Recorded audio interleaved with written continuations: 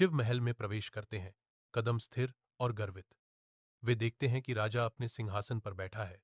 सोने की चादरें दमक रही हैं, परंतु वह अहंकारी है। जनता को पीड़ित करता है, पूजा और देवताओं का अनादर करता है। शिव शांत स्वर में कहते हैं, तुम अपने राज्य को सब कुछ समझते हो, पर न्याय और देवताओं को भूल गए हो। राजा हंसकर जवाब देता है, देवता केवल किंवदंती हैं।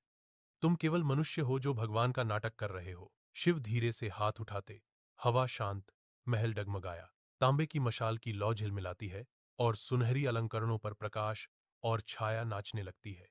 फर्श की ईंटों में हल्की दरारें दिखाई देती हैं। पृथ्वी क्रोधित, राजा कांपा, मुकुट गिरा, घुटने झुके और हाथ में सत्ता की छड़ी झुक जाती है।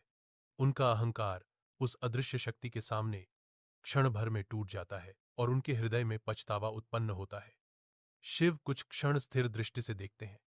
जब संतोष हो जाता है कि दंड पूरा हुआ, तो धीरे धीरे महल छोड़ देते हैं।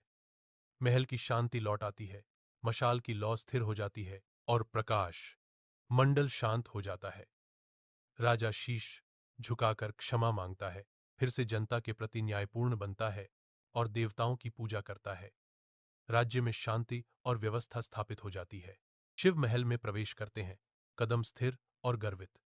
वे देखते हैं कि राजा अपने सिंहासन पर बैठा है। सोने की चादरें दमक रही हैं, परंतु वह अहंकारी है। जनता को पीड़ित करता है, पूजा और देवताओं का अनादर करता है। शिव शांत स्वर में कहते हैं, तुम अपने राज्य को सब कुछ समझते हो, पर न्याय और देवताओं को भूल गए हो। राजा हंसकर जवाब देता है, देवता केवल किंवदंती हैं।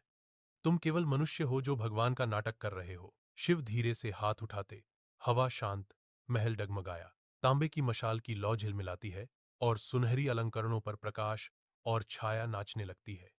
फर्श की ईंटों में हल्की दरारें दिखाई देती हैं। पृथ्वी क्रोधित, राजा कांपा, मुकुट गिरा, घुटने झुके और हाथ में सत्ता की छड़ी झुक जाती है। उनका अहंकार उस अदृश्य शक्ति के सामने क्षण भर में टूट जाता है और उनके हृदय में पछतावा उत्पन्न होता है। शिव कुछ क्षण स्थिर दृष्टि से देखते हैं। जब संतोष हो जाता है कि दंड पूरा हुआ, तो धीरे धीरे महल छोड़ देते हैं। महल की शांति लौट आती है, मशाल की लौ स्थिर हो जाती है और प्रकाश मंडल शांत हो जाता है। राजा शीश झुकाकर क्षमा मांगता है, फिर से जनता के प्रति न्यायपूर्ण बनता है और देवताओं की पूजा करता है। राज्य में शांति और व्यवस्था स्थापित हो जाती है।